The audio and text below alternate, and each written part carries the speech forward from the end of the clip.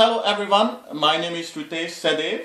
I'm a student of CAD 004 and I'm here to address family members and loved ones and relatives on a topic which I'm going to describe is posterior cortical atrophy, and I'm going to give you details about the symptoms of this condition. I'm sure my peers have explained in introduction what does posterior cortical atrophy means, but still I will briefly explain you what does that means so that it will help me with my presentation. Now, as you can see, there is a picture of a brain, human brain, in the screen.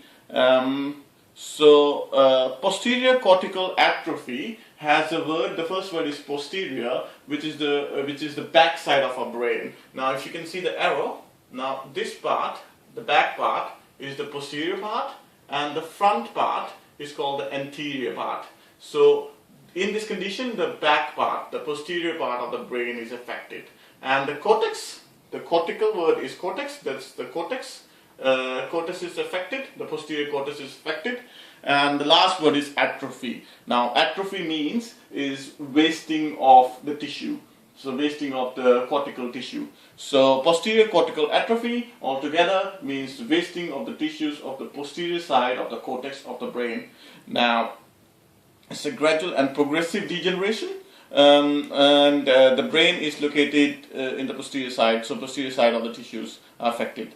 The disease is also known as a variant of Alzheimer's disease, or the second common name is Benson's syndrome. Now, it's a variant of Alzheimer's disease, but this disease, Alzheimer's, not only which affected, it's dementia too, with Lewy body or with CJD can affect that.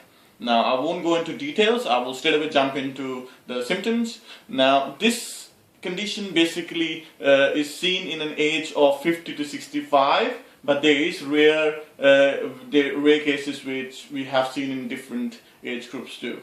Now, the first symptoms which we see is with the vision. Now, why with the vision? It's because the posterior cortex of the brain is basically this region is basically responsible for visual information. Now, as itself explains, if it's the process where visual processing is done, if that's affected, then definitely our vision is affected with that, and that misleads us. So family members and relatives or loved ones or friends, you usually take a clients with this condition straight away to an optician because they think the vision is impaired. So, but the strange part is that the eyes are healthy, but the brain which process the vision is affected.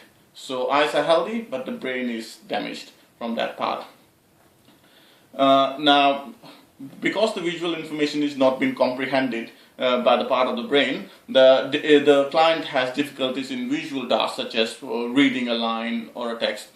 For example, can't read a newspaper or a book, judging a distance between things, they can't drive because they can't judge the distance between the vehicle and the car coming, or distinguish between a moving object or a stationary object. Sometimes the stationary object feel like moving, or the moving object feel like stationary. They can't perceive one or more object at a time. If there is two things coming, they can't perceive that two things is happening. Disorientation with 3D, 2D images. They can't identify a person or a face while they're watching a movie. They can't identify a face. A person walks in, that person is very close to that person, but they can't identify the face of that person. They can't identify common using objects or tools like a knife or a spoon or a fork. They can't recognize that thing, or they can't understand what this object is. In rare cases in this condition, there is hallucinations, but it's very rare. Hallucinations are not seen that common with this disease. Now, this was the first part of the visual perceptions which is affected by this condition. The second is with calculations. For example, mathematical calculations are affected. A person can't calculate the money, they can't count the money, or spellings, they can't spell a word. Some people feel anxiety in this condition. Now, possibly because they know something is wrong, but they can't comprehend that.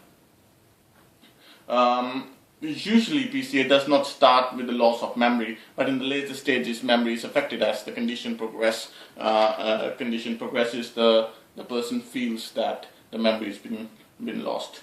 Now that's pretty much which is the basic symptoms of this disease. Now I think presentation was very short. If you have any questions or any concerns, please contact us. For my team leader is Liz. Just contact us and ask your questions and we will answer you back. Thank you so much for listening to me. Bye-bye.